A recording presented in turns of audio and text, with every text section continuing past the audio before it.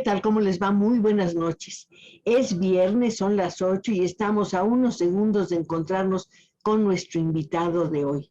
Se trata de una persona muy querida y muy respetada en todos los medios. Él es actor de televisión, de cine y desde luego de teatro.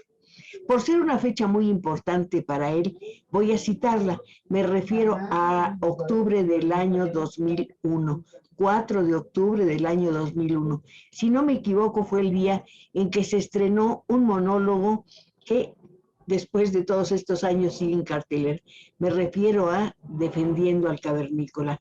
¿Y quién es el Cavernícola? Pues nuestro querido, nuestro admirado César Bono. Hoy está con nosotros, claro, para sus amigos más cercanos. Él es Frankie River y yo pues no sé cómo decirle, por lo pronto me quedo con el César. César, muchas gracias por aceptar esta entrevista. Cristina, muchas gracias, gracias a ti. La última vez que estuvimos en una entrevista me divertí mucho y cuando te veo nuevamente en la tele o cuando te veo en algún lugar, me recuerdo aquella entrevista que llegamos de unos comerciales y no podías ni hablar ni tú ni yo de la risa que teníamos y siempre Cuéntame, lo recuerdo con mucho cariño. muchas gracias. Ha pasado algo muy curioso. Estábamos hablando del año 2001. De ese entonces a la fecha ha cambiado muchísimo la relación de pareja, la función o el lugar que ocupan el hombre y la mujer en el matrimonio o simplemente en la vida compartida. ¿Cómo se explica entonces que esta obra, que trata justamente del tema, pues se haya mantenido en cartelera tantos años, sigue interesando a todos los públicos?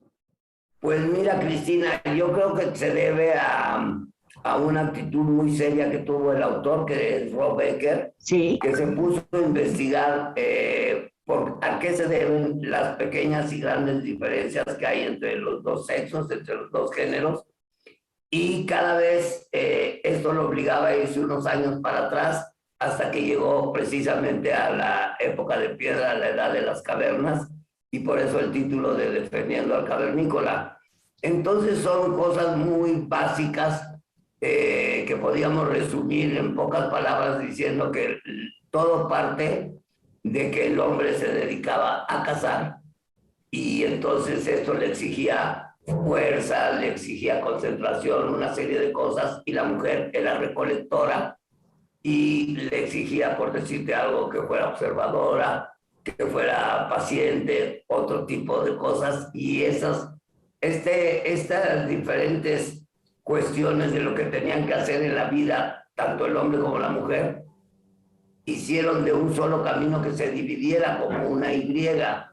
Y entonces han pasado 20 años, que permíteme decirte que no fue el 4 de enero, digo de octubre, perdón, fue el 11, y esto perdón, sí.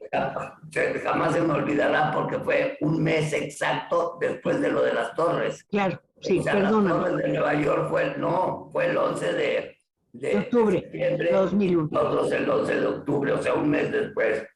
Pues resulta que estos 20 años sí han marcado muchas cosas en las familias y en las parejas del 2021, pero no tanto, y seguimos siendo igual de diferentes, y todo apoyados por los estudios científicos en los que se basó el autor, Cristina, que te digo que se me hace una actitud muy profesional, en el sentido de que él, como autor teatral, hubiera podido inventar lo que se le diera la gana. Hubiera podido decir, pues la mujer es muy nerviosa por tal y por tal cosa y el hombre es muy enojón por estas otras, pero en lugar de inventar se puso a documentar y se puso a tratar de entender todo por qué lo hacía en un stand-up.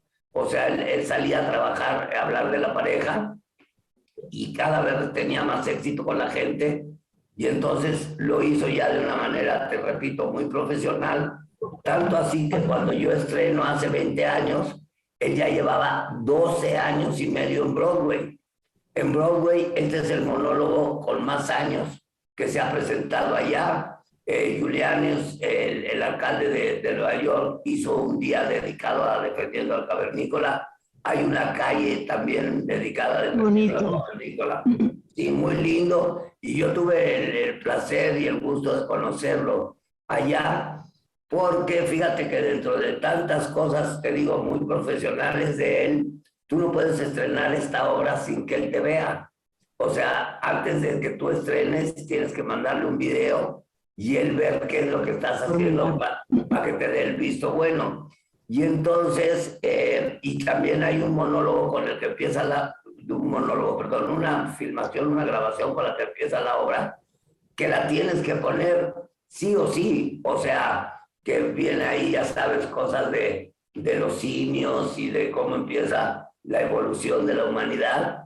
Y lo único que te exige, digo, que te pide, es que las escenas que tiene él con su pareja, pues las cambies tú con tu pareja, pero todo lo demás es igual en todo el mundo. Esta obra ha estado en más de 80 países, Sí. En Alemania llegó a estar en 10 ciudades al mismo tiempo, aquí nada más en 2, en Monterrey y en México, pero había planes de ponerle en las ciudades más importantes. Es el monólogo más importante que hay hoy por hoy, Cristina, y definitivamente no por César Bono, sino por Rob Becker. O sea, no hay un texto más importante ahorita de monólogo en el mundo, y gracias a Dios tuve la suerte de que Morris Gilbert, el productor de la obra, pensara en mí para estrenarla. Además hay que mandarle un saludo a Morris Gilbert, un productor muy inteligente, visionario y sumamente generoso y cuidadoso de las personas con quienes trabaja.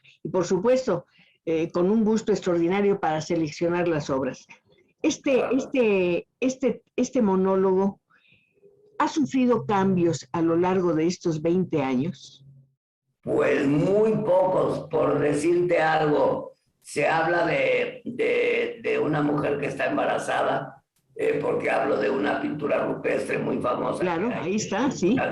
De la diosa. Y entonces, cuando estrené, hablaba yo de una actriz muy popular y muy conocida en México, y de ahí cambié a otra actriz, pero la otra actriz funcionó más en cuanto a risas, y ya se quedó. O sea, llevo 20 años diciendo lo mismo. ¿Cómo? Sí, perdón, César, te interrumpí. ¿Cómo hacer para decir lo mismo y al mismo tiempo decirlo cada vez diferente, con una emoción distinta y renovada? Pues esto se debe, Cristina, al público.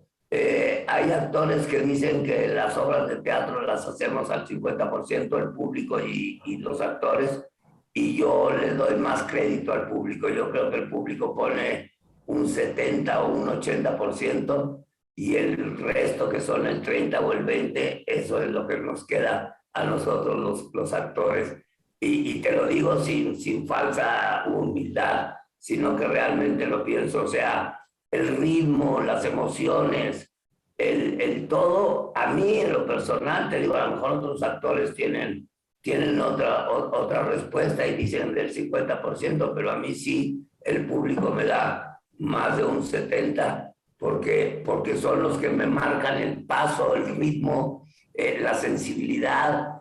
Mira, el que estés conmovido y veas en primera fila un señor que está penado con su pareja porque se le salieron las lágrimas y se limpia muy discretamente para que la mujer no lo vea, todo eso te ayuda a seguir trabajando y a seguir sensibilizándote y a seguir con muchas cosas. O sea, yo lo describo como que cada función trato de tomarle la mano al público y que me acompañen por las sonrisas, por el llanto, por el enojo, por la indignación, por el respeto, por una serie de palabras y de sentimientos.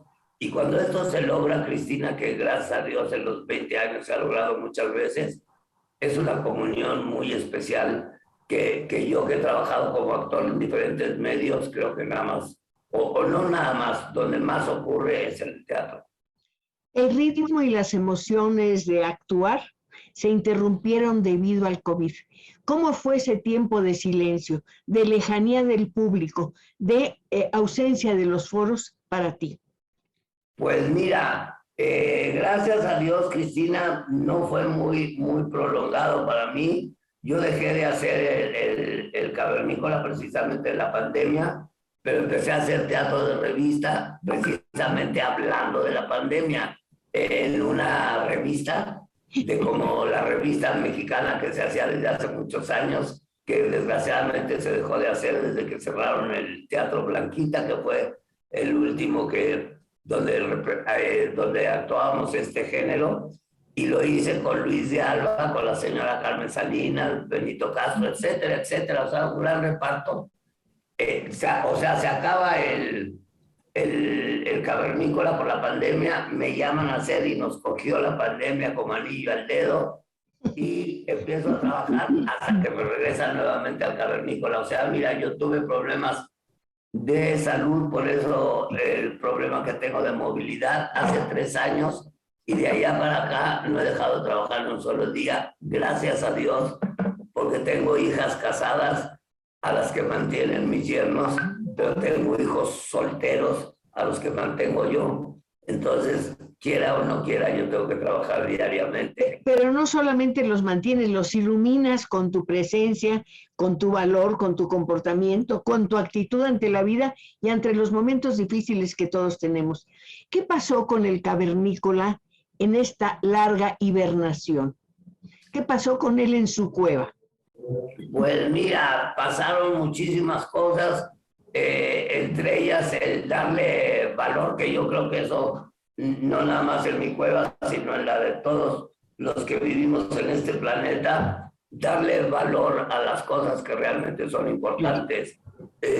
Yo cuando tuve el problema de salud, tuve que salir a trabajar inmediatamente después. O sea, a mí me hablaron a ¿cómo se llama?, terapia intensiva, por un proyecto que tenía yo en Miami con una televisora, y me fui directamente de terapia intensiva para allá, y empecé a trabajar y seguí haciéndolo, y ¿qué te diré? Me di cuenta de eso, de que dejaba yo cosas en México en una bodega, porque no usan la misma ropa en Miami que en México. Claro. O sea, no me iba a llevar abrigos, y dejé muchas cosas que si estás en tu cueva de toda la vida, crees que son muy importantes.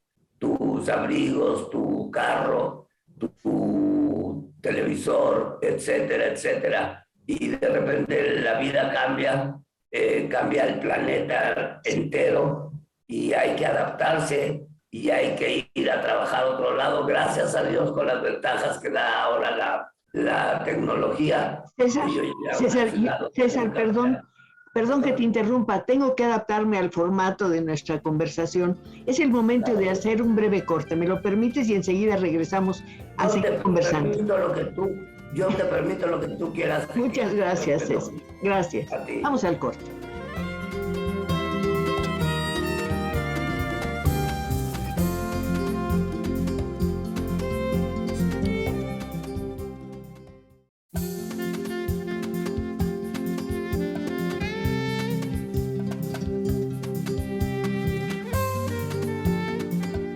Sí, de acuerdo, la pandemia nos ha dado lecciones muy duras, nos ha causado pérdidas muy graves y dolorosas, y nos ha enseñado también a vivir de otra manera. Como persona te vives de otra manera, como actor te expresas de otra manera a raíz de esta situación. Claro que sí, y hablando de dolores, que ya sabes que alguien inventó esta frase del espectáculo debe de continuar. Claro que han sido dolores muy grandes. Yo perdí amigos, perdí hermanos, perdí muchas cosas en esta pandemia. Regreso más viejo después de la misma y más adolorido, pero es parte de la vida, y con grandes ausencias, grandes amores que se fueron. Pero pues Cristina, a veces se lo lleva la pandemia, a veces se lo lleva una guerra civil como la que vivió mi madre, a veces tantas cosas que nos arrebatan. Mira, yo recuerdo el primer amigo cercano que murió, era un compañero de mi equipo infantil de fútbol, era el portero del equipo, un niño que parecía un ángel porque tenía unos enormes ojos azules y el pelo muy rizado. y era lo que se llamaba en ese entonces, digo en ese entonces, no sé si los cardiólogos lo sigan llamando así, pero decían Blue Boy, el síndrome del Blue Boy, que era que los niños antes de los 13 años, por un problema cardíaco, se podían poner azules y perder la vida. Y así pasó con mi amigo, se fue antes de cumplir 13 años y ahí conocí a la muerte de cerca. Y de ahí para acá que tengo 71, me arrebata muchos amores. ¿Cómo entiendes la muerte? ¿Como una modificación de la vida? ¿Como una prolongación de la vida? Sí, porque soy creyente, o sea, sí creo que va a pasar algo más, un cambio, o sea, como un cambio, digamos, más que una prolongación, como un cambio, sí lo siento así, porque te digo, soy creyente y estoy seguro de que no fueron falsas las promesas de que vamos a tener una vida eterna que será muy agradable porque vamos a estar al lado del Señor. Cuando hablas de la vida eterna, ¿a qué te refieres? ¿A la fama eterna? No a los amores eternos.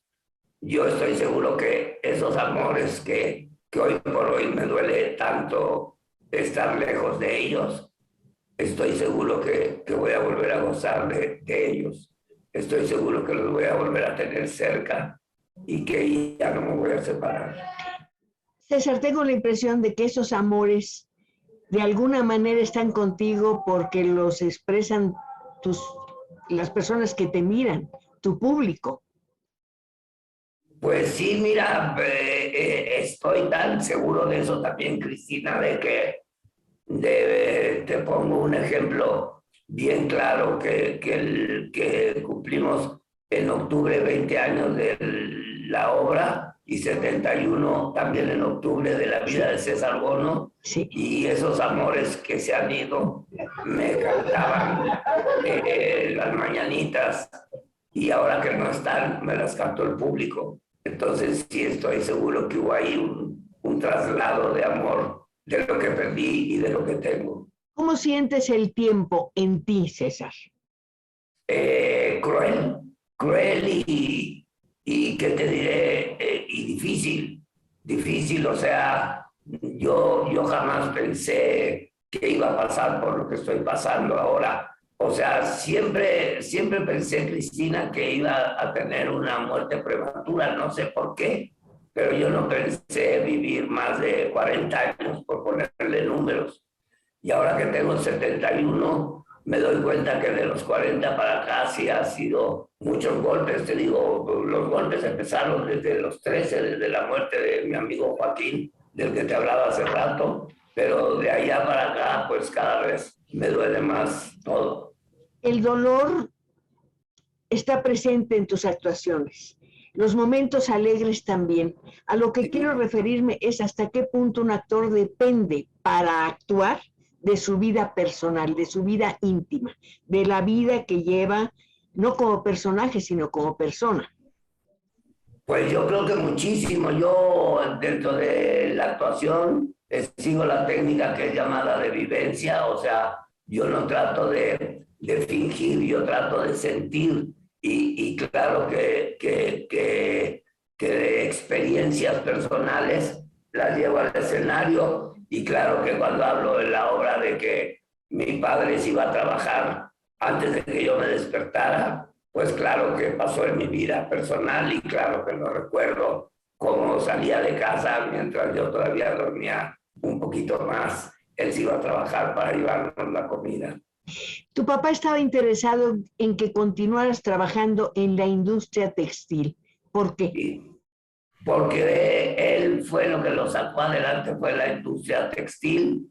Él era un hombre que estudió para contador público y llegó por cosas de la vida a tener una fábrica de estampados y entonces trabajó, tenía una fábrica de buenas dimensiones y de muchos obreros en Iztapalapa y luego de ahí hizo el cambio a los muebles, o sea, siempre en la industria, y cuando le decían que cómo había cambiado a los muebles, decía, no, yo me sigo dedicando a textiles, Y le decía, no, pues ahora con una fábrica de muebles. Decía, pues sí, pero los muebles son palos forrados de tela. Muy, muy especial.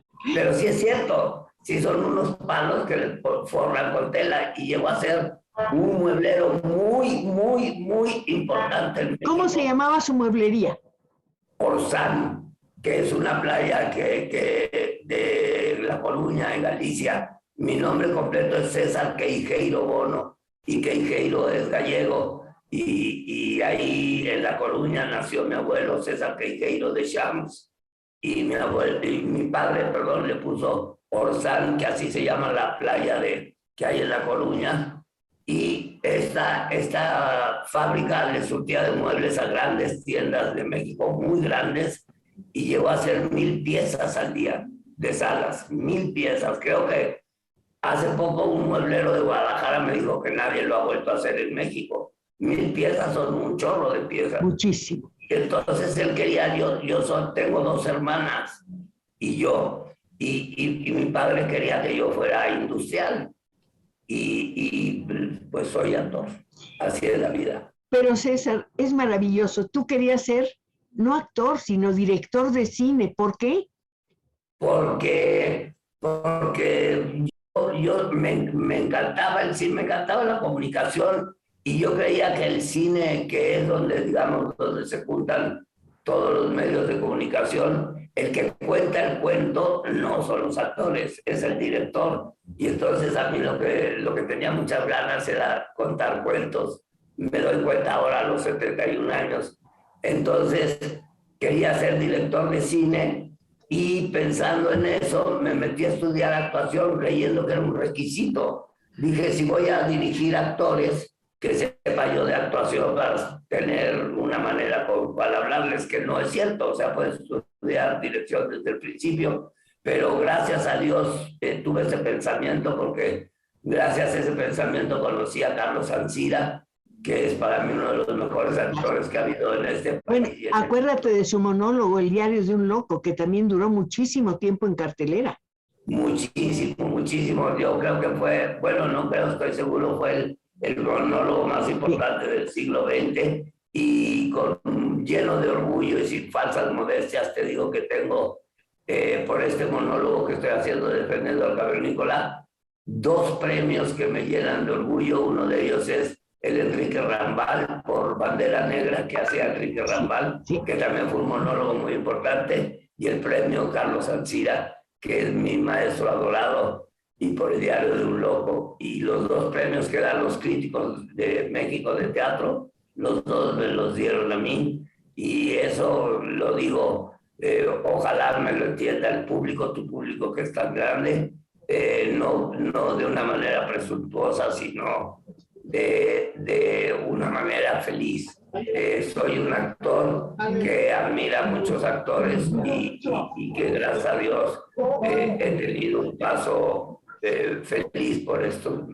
Creo que entre tus admiraciones, aparte de Carlos Ansira, está Augusto Benedico y López Tarso. Correcto, Augusto Benedico vino en el mismo barco, llegó en el mismo barco que mi madre a México, y el maestro Ansira, el señor López Tarso y Héctor Bonilla fueron mis compañeros en una obra que se llama Juego de Niños. Yo me salí de un examen de la Escuela de Teatro al Teatro Hidalgo a trabajar con ellos, con Ignacio López Tarso, con Carlos Ansira, Augusto Benedico y Héctor Bonilla, admiradísimos por mí. Yo tenía en ese momento 21 años, ellos tenían más de 40, todos eran los primeros actores que había en México en ese momento. Entonces imagínate lo que era para un actor recién egresado, pararme en la escena con ellos, era un sueño hecho realidad. César, ¿qué cine veías? ¿A quién querías dirigir? ¿A cuál de las estrellas que mirabas en la pantalla?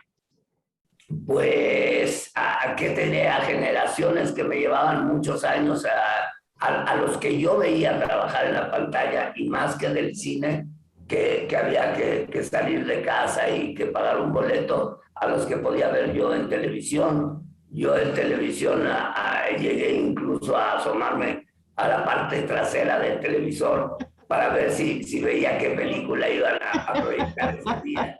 Esa magia es maravillosa. Esos pensamientos que tiene uno de repente, esas ocurrencias, son fantásticas y nunca se olvidan. Y yo no me debo olvidar de que en este programa hay cortes. Los respeto. Claro que hay cortes y no podemos ignorarlos. No, vamos, ahora regreso. Claro que sí.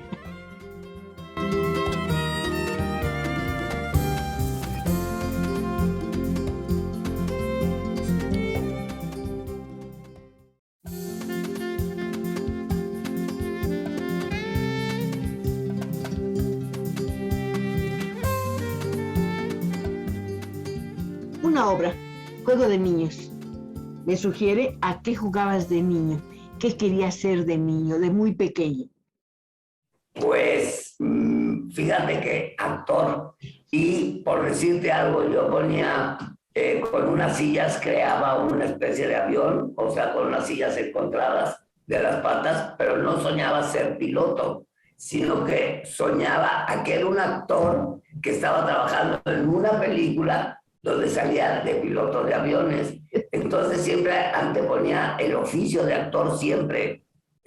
Para Torero, mi abuelo, que te digo que llegó de Galicia el día que cumplió 14 años de edad, quería que yo fuera torero y yo soñaba que era un actor que trabajaba en una película de toreros, que también vi películas de toreros en la televisión, pero siempre anteponía, te digo, el oficio de actor y ya de eso me valía para vivir otros muchos. César, ¿te acuerdas de aquella película de Carlos Velo, Torero? No de esa precisamente, me acuerdo de una con Luis Procuna, que el Berrendito, que no sé si es... Era esa, claro que sí. Y hubo una muy famosa. Sí. No me acordaba del título, perdón, pero sí me acuerdo de... Era una especie de documental que revolucionó. Y hubo otra película muy famosa de Tyrone Power. Sí, y de Tyrone Power, muy famosa su hacienda en Morelos, en Chicocuac, Morelos, y la casa de junto era de mi padre. O sea, la barda de la casa de mi padre era la barda de Tyrone Power. Yo me metía a la hacienda de Tyrone Power, me metía buceando por los ríos, fíjate lo que es la vida. ¿Sabías que era un actor? ¿Sabías que era un actor muy conocido, una estrella realmente? Ah, claro, y tenía su casa aquí, te digo, en Chicocuac, Morelos, él, Diego Rivera y otras personas. Mi padre conoció Chicocuac por Diego Rivera, que tenía una casa y ahí está la casa todavía con una placa que dice, esta casa fue de Diego Rivera, que es un lugar increíble, Chicocuac, Morelos. Llegaste a tratar, bueno, con las prendas tejidas, una de ellas la compró Marilyn Monroe, aquel famoso suéter que usaba ella, que era un suéter de... Pero ese es Chicocuac, Estado de México, y yo del que te hablo es Chicocuac, Morelos, a 15 minutos de Cuernavaca. No, pues son dos, pero todo el mundo piensa en Chicocuac, Estado de México, porque esos suéteres son famosos en el mundo entero, los gruesos de lana blanca, café, tabaco y negro. Y no les pasa la lluvia. Así que si no tienes abrigo no te pasa nada. Yo quería hacer un negocio, ¿sabes dónde? En Canadá, llevarlos a Canadá, pero son de tantos sueños que no. Hubiera sido maravilloso. ¿A qué edad hiciste tu primer viaje en avión? En avión, no, en avioneta. Mi padrino, un amigo de mi padre, Luis Young, fumigaba en Sinaloa, los campos de agricultura, y me llevó en una avioneta, y como era mi padrino, abusó de esa confianza y me dejó manejar un poquito. ¡Qué barbaridad! Y el volante, que no sé si sepas, pero cuando jalas el volante de una avioneta sube, y cuando lo empujas baja la avioneta. Entonces cuando me dice, siéntate ahí, César, a ver, maneja, primero le hice que diera como vueltecita, no que planeara, digamos. Pero al sentir el movimiento me asusté y me eché para atrás y se subió y me volví a asustar y lo empujé y me fui para abajo. Y fue una experiencia como de feria de Chapultepec. Además, Estaba yo chavo, él debe haber tenido, no sé, 10, 11 años. Pues yo creo que ya más grandecito no lo hubieras hecho porque el trabajo de fumigador es muy peligroso, ya que la avioneta va casi a ras de suelo. Correcto, mi padrino murió no en una avioneta, pero sí en un helicóptero. O sea, es una profesión muy peligrosa. Y yo recuerdo a la mamá de mi padrino, que por cierto, sin ser mi abuela, le decíamos mami. Me acuerdo que cada vez que hablaba del oficio de su hijo, lloraba. Y le decía a mi padrino, oye, no, pero no llores, pues es lo que me gusta. Porque ya sabes, dibujaba aviones desde niño. O sea, era lo que más le apasionaba.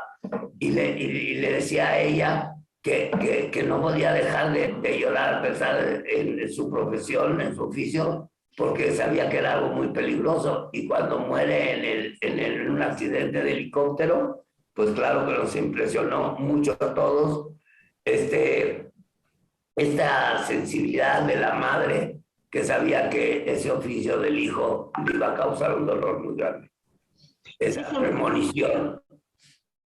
¿Cuál es el mayor peligro para un actor? ¿La fama, por ejemplo? ¿Podría serlo? Pues para un actor que no se da cuenta que la fama no le pertenece a uno, sino al medio. Uno es famoso porque el aparato en el que estamos saliendo ahora, tú y yo, la televisión es muy poderosa, pero no somos ni poderosos ni tú ni yo. El poder lo tiene una cajita que se llama televisor, el poder lo tiene un escenario que está en un lugar que se llama teatro y grandes autores que han escrito cosas maravillosas desde hace 2500 años. Ellos son los poderosos, ellos son los famosos, y si tú te equivocas y crees que eres tú, entonces sí es la locura que ha llevado a mucha gente a errores, entre ellos compañeros y compañeras mías. Cuando crees que toda esta fama se debe a ti y no a los medios, ahí sí pierdes el piso. Es lo que dicen de se subió a un ladrillo, ¿no? Sí. Cuando la gente ve diferente y dice, ay, sí, qué importante porque me saludan. Pues sí, te saludan porque te ven en una cajita, pero no porque tengas nada mejor que nadie. No, bueno, yo siento que tu público no solamente te ve en la cajita, te ve en la otra cajita, te ve en los escenarios, sino que te ve con muchísimo cariño, muchísimo respeto y acepta con mucho gusto tu lección de vida y de fortaleza. Un actor se equivoca. Vamos a suponer que en escena te equivocas. Se te olvida un parlamento. Cuando tienes frente a otro actor, su mirada te puede ayudar, un gesto, un movimiento te pueden ayudar a recordar. Pero cuando estás solo en escena, ¿qué pasa? ¿Qué haces? Pues sufrir como pocas veces se sufre, yo creo que eso, que el monólogo es muy desgastante, yo creo que en ese sentido, que no hay ayuda. Mira, eso de que el actor que está contigo con un gesto, con una palabra te saca, es lo que llamamos en el teatro, te avienta el capote, ¿no? Sí. Que también es una expresión taurina, pero, claro. pero sí es eso, avienta el capote y te hace regresar a tu parlamento y a tus líneas. Pero aquí en el monólogo sí no existe eso, y sí algunas veces me pasó una vez en Tijuana que me hablaron de cosas muy, muy tristes antes de salir a escena, y cuando estaba ya en escena vienen a mi mente esas cosas tan tristes, y entonces se me va la memoria y se me va el hilo, y es lo que llamamos de los actores y te metes en un jardín. Y entonces dije, me acordé de una frase y dije, voy a decir esto, voy a ver hasta dónde voy y aquí la voy a retomar. Pues resulta que cuando la quise retomar, ya está, pero el otro lado. Y sí fue muy difícil, porque te digo, porque en pleno un viaje con el público tomados de la mano, sí fue muy difícil dar esa gran vuelta y regresar a tomar la obra como está escrita. ¿Qué tan fatigoso, qué tan desgastante es estar solo en la escena y estar sosteniendo una obra sobre tus hombros? Pues mira, yo no culpo a esta obra de la enfermedad que tuve, pero sí cuando me hicieron mi historia clínica, no se debió a ninguna droga ni a ninguna mala alimentación. Lo que tuve muy grave, que fueron 8 infartos, se debe al estrés. Y claro que estar en un monólogo 20 años es muy estresante, muy, muy estresante. Son más de 3.500 representaciones, es muchos viajes. Yo he estado con esta obra en casi toda la República. La he llegado a hacer en un solo día 3 veces, una en el Teatro Hidalgo y 2 aquí en San Ángel, que me tuvieron que llevar en patrulla de un teatro a otro, porque si no, no llegaba en cuanto a tiempo. Y entonces sí, es muy desgastante, pero sí pagué ese precio con mucho gusto, Cristina. O sea, sí quería ser actor. Tengo 71 años de edad y 20 en esta obra, es casi la tercera parte de mi vida, pero ha valido la pena. Ha valido la pena, ha sido muy desgastante, pero también ese público que te quita, lo digo entre comillas, te da su energía.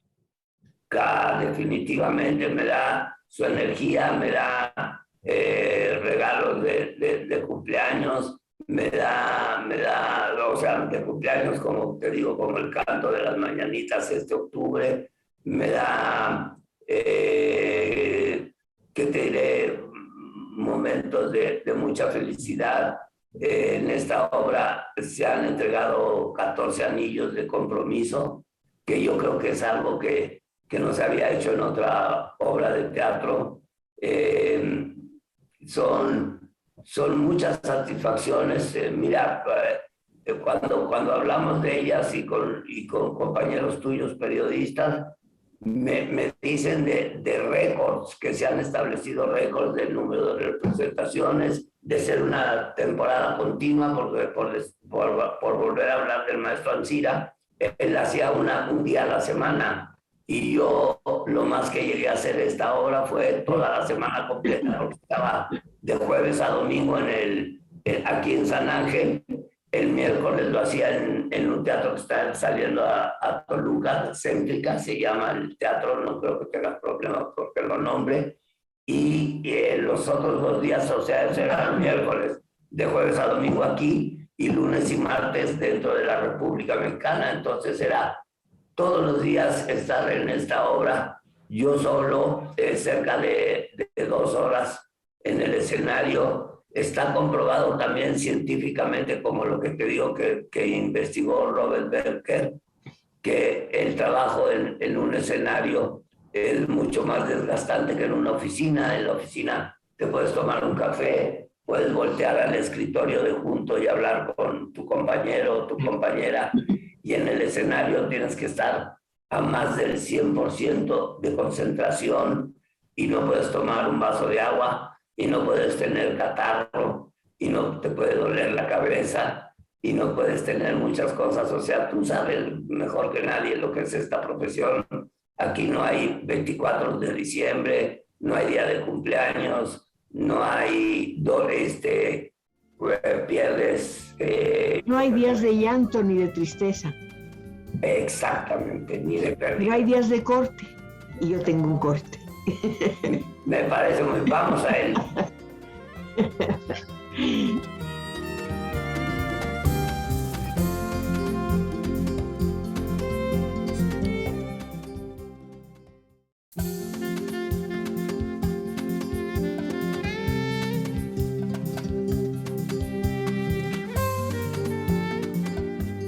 ¿Usted nos ha preguntado qué ocurre con un actor y sus personajes? En este caso yo me pregunto, ¿qué pasa con César Bono, esta persona encantadora con quien estamos charlando, y el cavernícola? ¿Alguna vez te ha querido, cómo te puedo decir, te ha querido deshacer, devorar? ¿Alguna vez te ha hecho desaparecer como persona? ¿El personaje? El personaje del cavernícola. Sí, pues yo creo que me ha devorado en ese sentido, en las emociones, en el desgaste que he tenido durante la obra y todos los días, y las grandes satisfacciones que a fin de cuentas también son experiencias que consumen. O sea, un gran amor, una gran pasión, dijo hace unos momentos, cité a Enrique Rambal, que hacía el monólogo Bandera Negra, y le dijeron que era para un actor realizar un monólogo, y dijo, es tener la suerte de encontrarse todas las noches con la mujer amada. Qué bonito. Y es que es muy bonito, y así lo considero yo también, porque la gran pasión del señor Rambal y de un servidor es el teatro, volviendo que para el actor hay muchos medios donde puede realizar su oficio, pero el teatro que te repito, pues sí, tú lo sabes mejor que nadie, tiene más de 2500 años, es el espejo enorme donde se ha visto reflejada la humanidad desde la época de los griegos, que es la cultura madre de todo Occidente. César, ¿llamas al cavernícola con algún nombre? ¿Con un mote? ¿Con una palabra afectuosa? ¿Nada? No, bueno, el caverno, a veces le digo el caverno, pero casi siempre el cavernícola, y de eso también tengo una anécdota muy bella de un torero que le gustaba mucho la obra, y que cuando hacía cosas que se hablan dentro de la misma de errores que tenemos los hombres, como el manejo del control remoto de la televisión, le decía a su mujer, cavernícola, y entonces le decía yo, ¿y tú qué le contestas? Y le decía, pues yo le digo, Pati, y le digo, que se llama igual que mi esposa, y decía, no, pero yo no soy cavernícola, y le digo, ya no es Pati. Pero sí, así pasa. Cuéntame, ¿el cavernícola ha envejecido? ¿Tiene más arrugas? ¿Tiene el cabello blanco? ¿Camina más despacio? ¿Tiene un oído menos fino? ¿Qué le ha pasado? Porque los personajes también envejecen, ¿no? Claro, pues mira, para empezar, sí camina mucho más lento, como la canción de Ahora ya caminas lento, que le cantan al viejo. Claro que camino mucho más lento, claro que ya no cargo una gran lanza con la que estrené. Perdón, César, no estoy hablando de ti, estoy hablando del cavernícola, que es otra cosa. No, la obra y el personaje, no. El personaje. Al personaje no. Que vemos, que existe, que está en una cueva, que tiene una lanza, ha envejecido, le pasan las cosas de la vida, ha respirado vida. Ha respirado vida y lo seguirá haciendo, y no va a envejecer. O sea, está escrito pues para un actor de aproximadamente 50 años, que era lo que yo tenía cuando estrenamos, y sigo tratando de hacer. Es más, hablo de la edad que tengo, y que te diré, pues hay esta diferencia de años que no es tan grande en cuanto al personaje. O sea, pues si el personaje lo escribe el autor de 50 años, lo puede representar un actor de 40 o de 60. Y ahí ya depende de actitudes corporales y de estudios que tienen para hacerte o más joven o más grande. Después de tantos años, ¿de quién es el cavernícola? ¿A quién le pertenece? ¿A Rob Decker o a ti? A Rob Decker, y será para siempre. Mira, César Bono cada vez tiene menos tiempo de vida, y Rob Decker y su obra, que es tan buena, es para toda la vida. El que es inmortal es Rob Decker y su obra. Y César, cada día le quedan menos funciones y menos vida.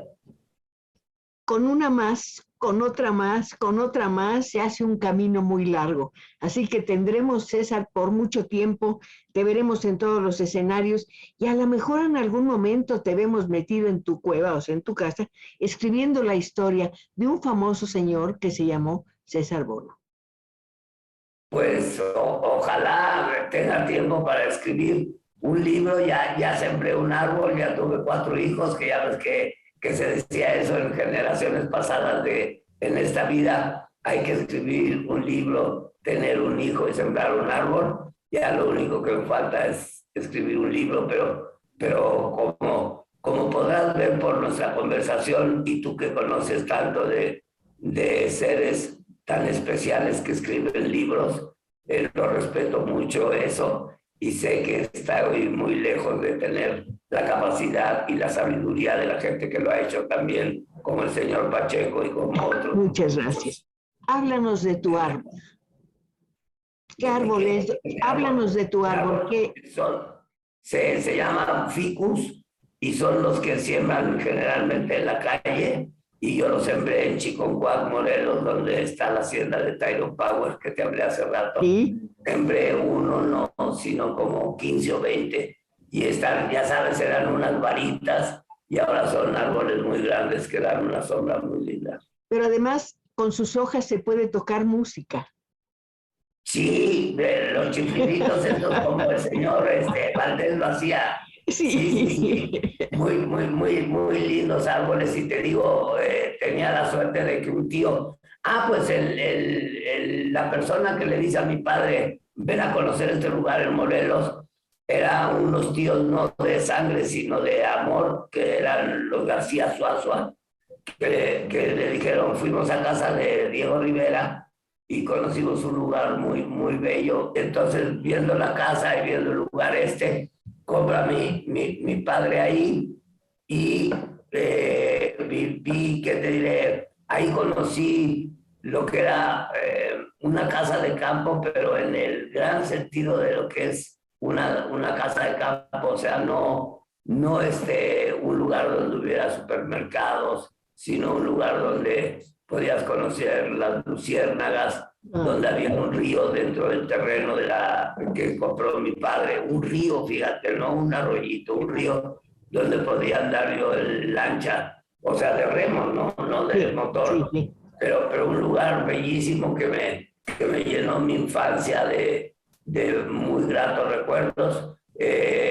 Uno de ellos fue que al salir de la hacienda, en la hacienda está la iglesia del pueblo de Chiconcuac, y al salir me dice la cuidadora de la hacienda, me dice, ¿le gustó mi hacienda? Y le digo, ¿qué es tuya? Yo bromeando, ¿no? Y me dice, no es mía, pero los dueños no vienen nunca, y yo que estoy aquí cuidándola, considero que es mía. Y digo, pero no sabes que fue mía antes. Y me dice, ¿por qué? Y digo, porque yo me metía por ese río buceando, y cuando entraba aquí no estaba ni Tyron Power, ni tú, ni nadie, estaba yo solo, como a los 8 o 9 años, en una hacienda bellísima, en la segunda construcción de los españoles en Morelos, primero el castillo de Hernán Cortés en Cuernavaca, y luego la hacienda de Chiconcuac. La Casa Borda, ¿no? ¿Perdón? La Casa Borda. No, más adelante, está por donde está precisamente un aeropuerto, que hace ratito hablamos de avionetas, un aeropuerto de avionetas que hace poco hicieron ahí junto uno de jets, que sí había un equipo de fútbol en Xochitepec, y un avión y un aeropuerto ya de aviones grandes. 2 aviones tenía el señor de ahí, y podías ir a Tijuana, Guadalajara y Tijuana, y podías fumar cuando ya no se podía fumar ninguna otra línea. Son cosas muy anecdóticas de ese lugar. Son bonitas, muy bonitas. Hablaste de tu infancia. Siento que fuiste muy feliz. ¿El cavernícola habrá sido feliz en su infancia? Sí, porque era un mundo lleno de placeres, creo yo, con pocos problemas también, creo yo, o estoy seguro, para no usar la palabra creo. Él se despertaba, salía a cazar, lo que lograba en su cacería lo compartía con sus amores, ya fuera su pareja, ya fueran sus hijos, o cuando era muy joven con sus padres. Pero lo que él cazaba, lo que él podía lograr como ser humano, lo convertía en un proveedor. Y el ser proveedor, Cristina, es muy gratificante. El darle alimento a la gente, de cualquiera que sea espiritual o alimento de comida, es muy gratificante, y el cavernícola lo hizo siempre. Fíjate que cuando hablamos de él, decimos que le pegaba a la mujer en la cabeza abusar de ella y no, más bien lo que hacía era arriesgar su vida para darle vida a la mujer, para llegar con algo de comida. Ha sido muy gratificante volver a verte, conversar contigo. Y solo Gracias. te quiero preguntar, esta noche cuando vuelvas a casa, ¿te acompañará el cavernícola o te acompañarán todos los amigos que te van a aplaudir y te van a agradecer tu magnífico trabajo? Pues me acompañarán ambas cosas. Mira, el final de la obra es muy conmovedor y el aplauso suele serlo también, porque llegamos a este final muy conmovidos, tanto el público como yo, y entonces salgo acompañado del personaje del cavernícola y salgo acompañado del amor que me da el público. Espero que escuches los aplausos que te mandamos desde aquí, de todo corazón. Gracias, César. Buena suerte, larga vida y lo mejor siempre. Igual para ti, Cristina. Muchas gracias y muy grato volverte. Buenas noches, muchas gracias. Buenas noches, que estén hasta muy pronto. Para todos los compañeros que están ahí en el foro. Gracias. Gracias, César.